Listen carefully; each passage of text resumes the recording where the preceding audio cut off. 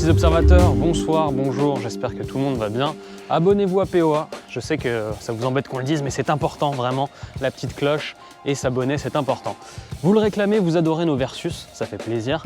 On y retourne, mais avec un versus un peu spécifique et on va rejoindre Renaud, on va en parler. Comment tu vas, Renaud? Ça va, Julien? Ouais, ça va. Alors, d'habitude, les versus, ce qu'on fait, c'est exactement 2 fois la même voiture, mais juste avec, à l'intérieur, des finitions différentes. Là, on a voulu faire un espèce de versus diesel, gros rouleur, Mercedes. Ouais, et les voitures d'hommes. Voilà. C'est quoi les... Ça, c'est un propos où je peux être... Là, directement dans les commentaires, même, on va être... Non, mais les gens comprennent, c'est les gros rouleurs. C'est ça. Tu vois, les vrais Mercedes, c'est 2 diesels.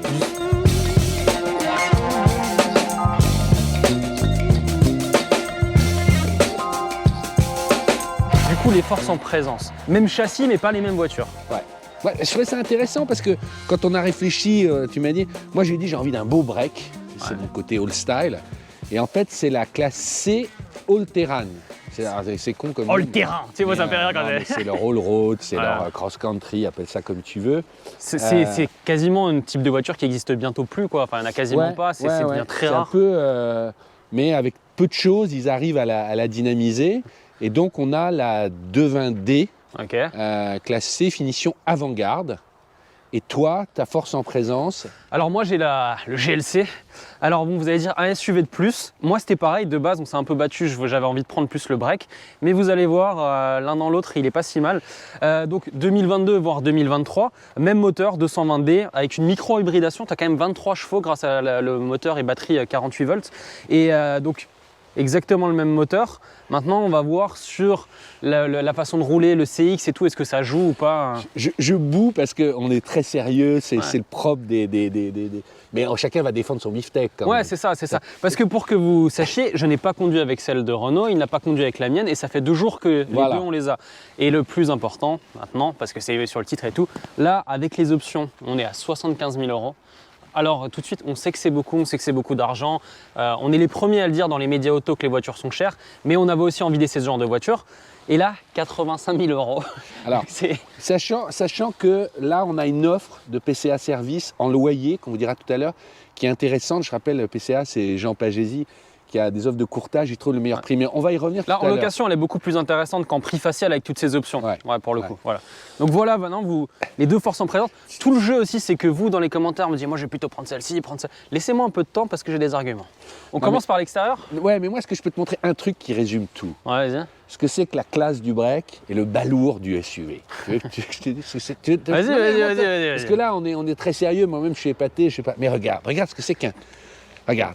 T'as le même rétro là, mais il est sur un mât, tu vois. Ouais, ok. T'as l'impression d'avoir une hache de bûcheron. T'as l'impression vraiment c'est qu'il est posé avec de la super glue et que l'envie l'a vite fait. Alors que moi, regarde, c'est le même, mais il est posé sur une vague, un peu italienne, tu vois, enfin, on va dire de Bavière. Non, mais et tout de suite, tu te dis, tiens, c'est un mec stylé qui a ça, tu vois. Mais tout de suite, je vais me mettre... Tu vois la différence? Tu la vois quand même. C'est énorme.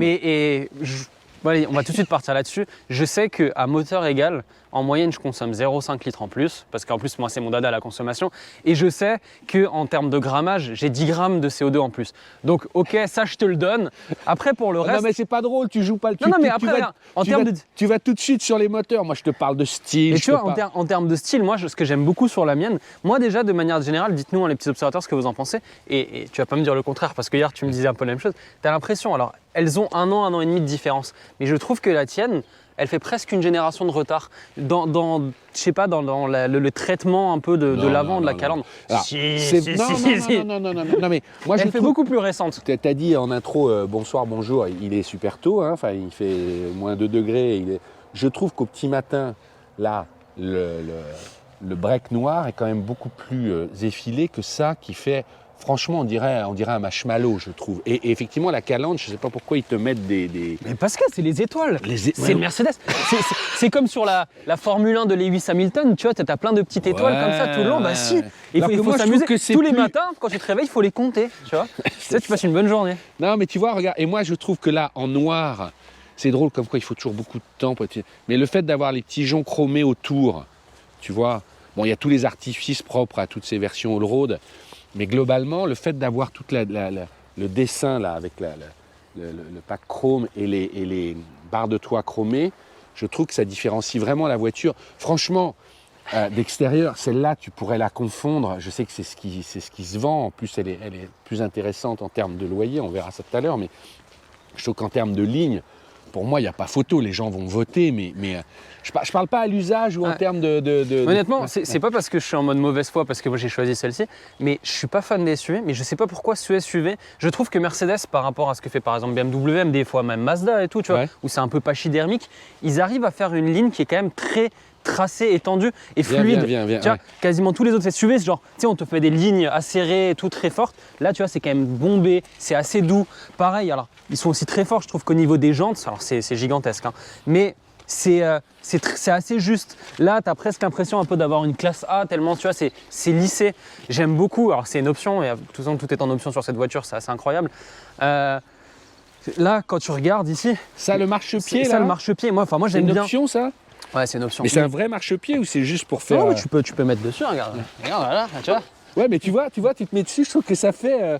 Mais moi, entre la doudoune et ça, j'ai l'impression que je suis moniteur de ski à Meribel et que tu vois. Ouais, encore, c'est sympa. Moi, je dirais, ça fait. Enfin, on la verrait dans un clip, celle-là. Alors, de nuit. En même temps, c'est tellement deux clichés, mais là, en la voyant. D'ailleurs, toi, tu as 4,76, 4,72. Et moi, 4,76 m, 4,72 m. Ouais. Donc je suis un peu plus grand, moi. Ouais, t'es un peu plus grand, mais on en parlera après. Mais moi, j'ai 100 litres de coffre en plus, tu vois. Comme mais quoi, ça, j'ai du mal à le croire. On peut les regarder parce qu'effectivement, c'est typiquement. Ouais, ce qui est intéressant, c'est que ma voiture est plus petite et elle est plus logeable. Alors, ce qui est, on va dire, pour un SUV. Putain, coffret litre. Moi, j'ai 490 litres. Ouais. Moi, j'ai 620, tu vois. Mais j'arrive pas à le croire. Comment ça se fait? Parce que c'est pour que je gagne, en fait. Non, Ils se sont dit... non, mais c'est pas normal. Le GLC, au niveau du coffre, c'est un des meilleurs de sa catégorie. Et il y a autre chose ici quand on parle de catégorie, quand on parle de Q5 ou de X3. Et ça, tu peux quand même quoi, pas... ça De quoi? Pourquoi il est marqué stop, là? Ça, c'est... appuie dessus, ça va descendre. Voilà. Ah, d'accord. C'est si tu veux... Ouais, parce que tu en as un pour le verrouiller, tu en as un quand il s'arrête. Et de l'autre côté, c'est aussi une option, j'ai l'attelage. Mais... il y a un truc, tu peux pas me dire le contraire, et vous le voyez quand vous êtes au loin. Non, moi je vois très bien que la mienne est quand même beaucoup plus fine et beaucoup plus élégante. C'est un des SUV donc dans la même catégorie, donc tu peux avoir un Q5, un X3, qui est le plus bas. Et tu t'en rends compte aussi au volant. Pour un SUV, c'est assez bas. Et je trouve ça bien parce que t'as pas le côté genre allez tous vous faire cuire un œuf, tu vois. Donc ça plus ça, je trouve que pour un SUV, il est mieux le mien.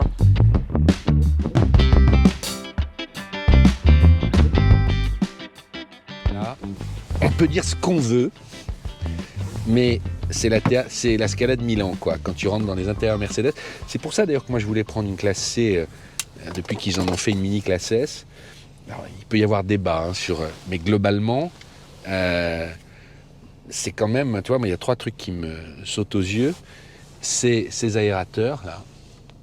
Alors ça change tout le temps de couleur la nuit, ça passe rouge, ça passe bleu. Moi je pensais que c'était bleu quand il y avait la clim et rouge quand il y a... Tu peux tout choisir en fait. Je dois être en mode démo si tu veux. Mais tu vois, bon il y a des gens qui connaissent, mais même ta clim, voilà, tu dois toucher sur l'écran là, tu vois, si tu veux ton menu comme ça. Alors, il y a encore les sièges chauffants qui sont sur la gauche. Je dis ça, c'est la même chose dans ta voiture, hein. Mais je crois que toi, tu as une finition un petit peu différente. Parce que toi, tu es en avant-garde et moi, je suis en MG Line. Donc, ouais. ça aussi. Enfin, franchement, il y a le jeu des 7 erreurs. On pourrait mettre 2 photos d'ailleurs des 2 tableaux de bord. Ouais, on va le mettre au fur et à mesure. Ouais. Mais là, retenez bien ici, le plastique dur ici, okay, sur une voiture à 75 000 €. On verra chez moi. Mais après, est-ce que t'aimes bien toute cette interface? Est-ce que c'est trop? Est-ce que ça marche bien dans une classe S et moins dans une C? Et comment tu l'as appréhendé sur les 2 jours? Non, mais encore une fois, il y a tellement de niveaux de lecture. Là, on s'adresse à des gros rouleurs, tu vois, qui vont beaucoup utiliser leur voiture toujours. Il y a une appréhension qui est nécessaire. Je me demande, moi, là, je l'ai que depuis 2 jours, si c'est pas un poil too much. Il y a tellement d'infos. Mais encore que, au bout de 2 jours, j'ai utilisé que ce que je voulais utiliser, et je me dis bon, voilà, c'est propre. Il y a un truc que je trouve vraiment bizarre, tu sais, ils ont fait des touches sensitives maintenant, c'est-à-dire que tu n'as même pas besoin, en fait, il n'y a pas de petit clic pour régler ton fauteuil. Des fois, tu sais pas vraiment. Voilà, en fait, tu dois juste appuyer, là j'ai le dossier qui descend, mais tu sais pas si tu y es ou pas. Bon, il y a toujours ce problème de la techno pour la techno, mais bon, voilà, quand tu y goûtes, au bout d'un moment, tu te dis, voilà. Moi, T'en as pensé quoi de ces touches aussi? Parce que tu parles de sensitive. Là, c'est sensitive à 25 j'ai un peu de mal. Ouais. J'ai un peu de mal. Et- Mais j'ai pas envie de faire tu vois, le discours Le réac. voilà, le réac qui est non, c'est quand même impressionnant. Et puis il y a, en fait, ce que je trouve intéressant, c'est que Mercedes est cohérent, toute leur gamme est en train de s'organiser de cette façonne-là. Bon, t'achètes pas, tu prends pas, mais ils ont une logique, tu vois. Alors là, tu peux aussi changer ça, je trouve ça pas mal. Tu vois, Faut que tu appuies, après tu appuies sur les côtés. comment les côtés. Comme ça en fait. Là, c'est un coup à prendre, tu Ah vois. ouais. Et là, tu vois, bah, typiquement, on est dedans. Là, en fait, il y a un bouton qui est à moitié tactile et à moitié aussi où tu dois vraiment presser. Et, Comment je le fais apparaître? T'appuies sur OK après, t'appuies dessus. Tu fais vraiment OK, voilà. Et là, tu mets off-road. Voilà. Parce que moi, monsieur, tu vois, je peux changer mes modes. Pourquoi il veut pas là? Attends, il faut peut-être remettre là. Tu vois, mais j'ai un mode carrément off-road Vitesse maximum 110. et off-road plus, tu vois, Oh, 45 Oh, le km/h. terrain. Ouais, j'ai regardé des vidéos quand même, parce que là, on n'a pas fait de. Mais soi-disant, tu peux, quand même, des petites histoires d'angle d'attaque, tu as un peu ta boussole, tu as ton. Bon. Voilà, tu peux aller vérifier les bêtes, je pense, à Harris Garage, où il va dans ses champs avec ses voitures. Non, mais c'est cohérent, voilà. Moi, je sais pas comment. Tu vois. On va voir la mienne.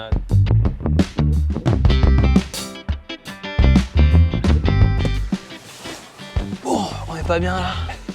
Ça, c'est de la bagnole. Regarde les animations maintenant, c'est avant. Ouais, quand tu mets en route. Alors on met les moteurs en route, hein, c'est pour que vous puissiez tout voir. Mais tu vois, alors c'est rien du tout hein, d'une certaine manière parce que tout est une histoire de paramètres. Mais le fait que moi tout soit violacé, on le voit pas forcément très bien. Mais de nuit c'est incroyable. Qu'on aime ou qu'on n'aime pas, mais là c'est le Macumba à tous les étages. Je vais commencer par les deux différences. C'est ici. Chez toi c'est tout dur. Et en fait, il y a eu des remontées comme quoi c'est un peu chiant, même pour le conducteur, parce que quand tu te mets Ouais. en automatique, là, tu as envie d'avoir un truc mousse. Et toi, vraiment, tu sens que ça claque et c'est du Ouais. plastique dur. Donc là, ils ont mis ça, ça change un peu. Deuxième chose, moi aussi, j'ai un volant, alors c'est peut-être le AMG Line qui fait ça, mais qui est en deux branches. Et je trouve ça pas mal parce que au moins, ça divise. Toi, tu as tous les boutons sur un même tenant. Et des fois, en plus, le dessin fait que c'est un peu compliqué. Là, au moins, je sais que ici, j'ai tout ce qui est son. Là, tout ce qui est régulateur, c'est vraiment genre dédié à tout ce qui est régulateur. Et là, j'ai mes écrans. Ça, c'est écran de gauche, écran de droit. Donc ça, c'est assez facile et je trouve que c'est pas mal. Je vais enlever ça pour que ça fasse pas de bruit. Voilà. Après, bon, pareil, moi aussi, des fois, j'ai un peu du mal avec ça. De manière générale, et pourtant, j'aime la nouveauté, je suis pas fermé, j'essaye d'être ouvert à tout ça.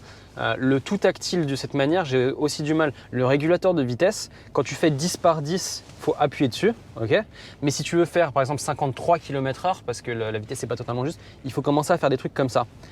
Et autant pour le son, on va dire, si c'est pas très précis, c'est pas si grave que ça. Autant pour un régulateur, des fois, ça t'emmerde un peu de. Voilà, tu vois. C'est des Après, petits détails, hein, mais. Alors, il y a une remarque qui est drôle, parce que ça a beau être la même chose, l'ambiance est différente. Je ne sais pas expliquer Ça, pourquoi. on se l'est dit sur les 2 jours. Alors, j'ai pas conduit avec la tienne, Ouais. mais on était passagers des deux. Quand tu montes, alors T'es plus haut quand même. déjà, le toit ouvrant, il est plus panoramique que le tien. T'es un peu plus haut, bien que là, j'essaie de la mettre en position basse, parce que moi, j'ai l'option hermatique. Mais moi, alors, en plus d'avoir le hermatique, on le verra quand on roule, j'ai les roues directrices. Ce qui fait que quand tu braques et tu fais tes J'ai petits vu ça hier. tu braques mieux qu'une Golf. Et ça, c'est quand même vraiment génial, quoi. Après, voilà, sur l'intérieur, c'est pareil. Je trouve que ça bien qu'ils aient fait des deux petits ajustements. Alors, moi, je voudrais qu'on parle de prix 2 minutes, parce que c'est vrai que c'est des voitures très chères en prix facial. Mais Jean Pagési, qui est notre partenaire avec PCA Service, lui, il me dit, sur cette voiture, il a un loyer, c'est toujours pareil, sur 3 ans, sans apport, 45 000 km, il a un loyer à 870 € par mois.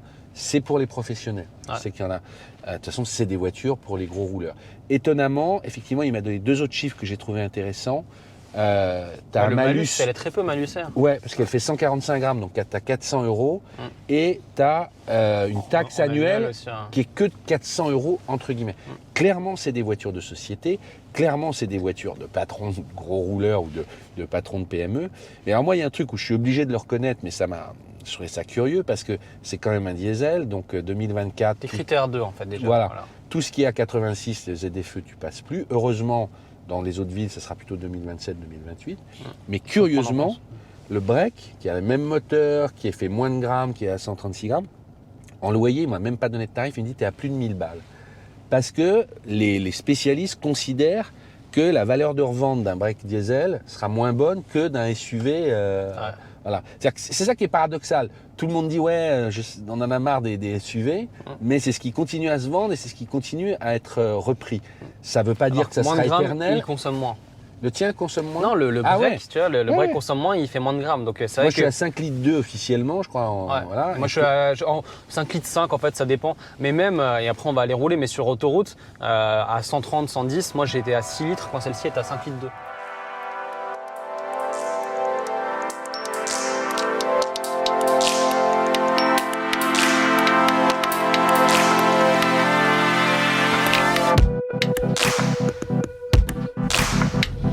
Bon, Julien, ça fait 2 jours que tu es à bord du GLC et maintenant tu es au volant du break. Est-ce que tu sens une différence? J'ai pas du tout conduit avec sur les 2 jours. On a vraiment essayé de jouer le jeu et tu feras pareil avec le GLC. Ouais, je sens déjà que je suis plus bas. Après, je sens aussi qu'elle n'a pas le hermatique. En gros, tu sens que les suspensions sont plus fermes et j'ai beau. Là, je suis en mode confort. Je vais vraiment forcer pour être en mode confort pour avoir la même souplesse, on va dire. Et je sens qu'elle est plus dure. Après aussi, c'est la mauvaise foi totale. Je sens qu'elle est plus vieille parce qu'il y a des bruits de mobilier un peu vers l'arrière. Il y a des petits bruits, je sais pas ce que c'est, tu vois. Moi, mon GLC, il est chirurgical. Mon GLC, j'aime bien. Je suis censé réagir? Tu m'étonnes que tu es censé réagir avec ce confort extrême par rapport à ton all-terrain. C'est fou parce que il y a 2 choses. C'est vraiment pas la même voiture. Impressionnant. Alors que, voilà, même moteur, même châssis et tout. Tu la sens beaucoup plus lourde quand même. Toi, tu l'as pas dit, mais bon. Après, elle filtre 10 fois mieux que celle qui est devant. C'est très curieux. C'est-à-dire qu'effectivement, c'est moins rugueux, c'est plus onctueux. Après, la masse n'est pas la même. Ça, tu me l'avais pas dit. Je sens que... En fait, depuis que je vois cette bagnole, depuis tout à l'heure, voilà, c'est le mot que je veux dire bubblegum, on dit plus ce mot-là, mais ça n'existe plus, Malabar et tout. Mais je trouve qu'elle a une gueule de Malabar, de gros chewing-gum. Et après, je dois être honnête, c'est clair que l'assise et le confort est bien meilleur ici, mais tu joues pas à armes égales parce que tu as la suspension hermétique. La pédale de frein, c'est un peu différent, c'est assez étrange. Il y a une grosse course. Ouais, et en fait, tu as les 25 premiers pourcents, il se passe rien et ça freine d'un coup, tandis que moi, c'est un peu plus linéaire sur le mien. Après, oui, tu sens que vu que c'est plus bas, c'est un peu plus, je vais pas dire rivé au sol non plus, mais tu sens qu'elle prend moins de roulis et que tu t'as envie un peu plus de t'amuser, parce qu'on conduira avec le mien, on verra ce que t'en penses. Mais le mien avec le hermatique en mode confort, c'est un chamallow, donc je pense que ça va te plaire. Et ça change tout, quoi. L'autre, on a l'impression de... Tu sais quoi, l'autre, je vais être sympa, quand je dis... on a l'impression d'être sur des rails, mais qu'on entend les rails. Ouais, totalement, ça frotte. Ça frotte, tu vois, un peu, tu as envie de dire, t'entends, bon, ça va. Mais là, t'as vu, regarde, franchement. Là, tu sens que c'est tout doux, là. Et là, effectivement, tu dis, t'as de la mâche, tu vois. C'est un peu une comparaison culinaire. T'as une mâche plus tendre. J'ai l'impression là d'avoir presque de manger des crevettes, des grosses crevettes ou du homard, un peu mais avec de la bonne mâche, tu vois, qui est un peu doux et qui en même temps est fort. Après, bon, on a le même moteur. Je sais pas, j'ai l'impression que la sonorisation est un peu mieux sur le mien. Je sais pas si c'est par rapport non, mais à celle-là, la elle est taille, un poil rugueuse, c'est moi qui le dis. Elle est rugueuse. Ça, j'étais passager, donc. Oui, parce que c'est une all-terrain, monsieur. Quand tu bats la campagne, que tu élèves des bisons et des kangourous, etc., tu vois, c'est... J'ai une grande préférence pour mon volant. J'ai l'impression que la jambe de mon volant est peut-être une chouille plus petite. Ah bon. Et surtout, je trouve que là, honnêtement, j'ai l'impression d'avoir 2 smartphones à droite et à gauche en mode BlackBerry 2009, quoi, tu vois. Non, voilà, tu vois, c'est plié. Non, mais après, enfin, mais c'est fou parce que c'est tellement différent. J'en reviens pas. Mais la masse n'est pas la même. Tu te dis quand même que... Je me demande si c'est pas la finition avant-garde. Enfin, je sais pas. Effectivement, j'ai l'impression qu'ils l'ont taré d'une certaine façon. En plus, moi, j'ai le mode off-road plus, tu sais. Donc, est-ce que ça, c'est pas une option qui lui permet en fait quand même de crapahuter un peu plus? Ouais, après, c'est vrai que les deux, on les a mis en mode confort. Après, c'est sûr que celle-ci a le hermatique. Mais je sais pas, quand tu te mets à l'intérieur, tu as l'impression que c'est mieux fait, mieux fini, mieux le comportement et la sonorisation. Ça a l'air un peu plus... Là, ouais, je te rejoins. C'est-à-dire qu'en fait, là, elle est dans le mode typiquement de l'époque. C'est-à-dire je filtre beaucoup, j'onctuise, crème fouettée. Et en face, je suis un peu dans le mode d'avant où je joue tout sur les consos, mais je suis un peu plus... Mais c'est vrai que c'est frappant quoi, à ce point-là. Je ne penserais pas qu'il y aurait une telle... Parce que du coup, ça sent la rigidité aussi. Tu n'as pas l'impression qu'elle se... Tu vois ? Non, mais là, sur les petites routes, ça n'a rien à voir. Tu vas voir, bon, là, le mien, le GLC est plus confortable, mais sur ce genre de petites routes, tu sens qu'au bout d'un moment, ça va 2 minutes dans les virages. Il fait le poids qu'il fait avec la hauteur qu'il a et le hermatique qui n'aide pas forcément en mode confort. Donc, c'est vraiment deux visions différentes. Et c'est fou parce qu'avec le même châssis et la même motorisation, c'est 2 voitures vraiment différentes à conduire. Elles sont à la fois physiquement très différentes et évidemment, j'allais dire encore heureux finalement qu'elles soient très, tu vois. Et pour finir sur le moteur, pour un diesel, tant que tu lui demandes pas trop et que tu dépasses pas les 2500 tours, c'est bien. Mais dès que tu dépasses ça ou qu'il est en ville et qu'il est entre 2 rapports, il est un peu rugueux, il se fait ressentir à l'arrêt, ça tremblote. Bon, c'est un diesel, hein, c'est normal, mais c'est vrai qu'en 2023, ça fait un peu bizarre de temps en temps. Et tu vois, si c'est moi jamais j'aurais pensé dire ça, mais c'est vrai que tu te dis, voilà, à l'heure des hybrides, alors au moins là, tu as mis le borne d'autonomie, je sais pas combien, 850. Bah, tu vois, 800. là, on a Mais, c'est vrai 70%, il nous reste presque 800 km d'autonomie. Voilà, donc, la gestion des hybrides à basse vitesse, c'est quand même, une fois que tu y as goûté, c'est compliqué après. Qui te met en mais mode pour une électrique. routière, c'est vrai que moi, ça faisait longtemps que j'ai pas essayé de diesel. Avec la boîte là, G9 Tronic, t'en as 9, t'as 9 vitesses. Quand t'es en 9e à 1400, 1500 tours à 130 sur autoroute et que tu consommes 5 litres 2, ces voitures sont faites pour ça. Dans l'autre sens, tu prends un SUV plug-in hybride qui a plus la batterie vide dans le coffre qui te bouffe 150 litres et tu consommes 8 à 9 litres sur autoroute. Il y a un usage en fait. Ouais. Et ça m'énerve parce que moi j'ai pas envie de conduire des mastodontes comme ça. Enfin, tu vois. Après là, on est sur un cas bien précis. Ouais, mais qui est la haute terrain. Peut-être voilà. qu'avec je pense que tu as une classe C.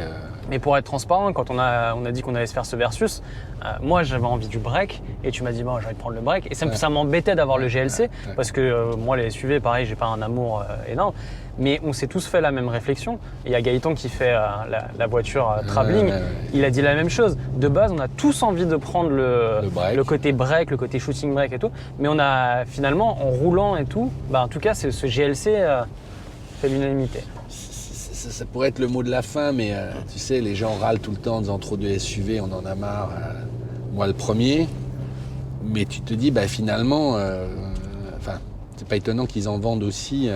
De dire qu'un break qui se voudrait plus polyvalent.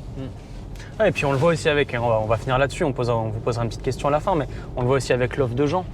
Parce qu'en gros, le marché pousse à acheter ça. Alors peut-être que ça va changer dans 2 ou 3 ans, mais que ce soit le malus, que ce soit le prix. Et là, en gros, tu peux difficilement l'avoir classé en break.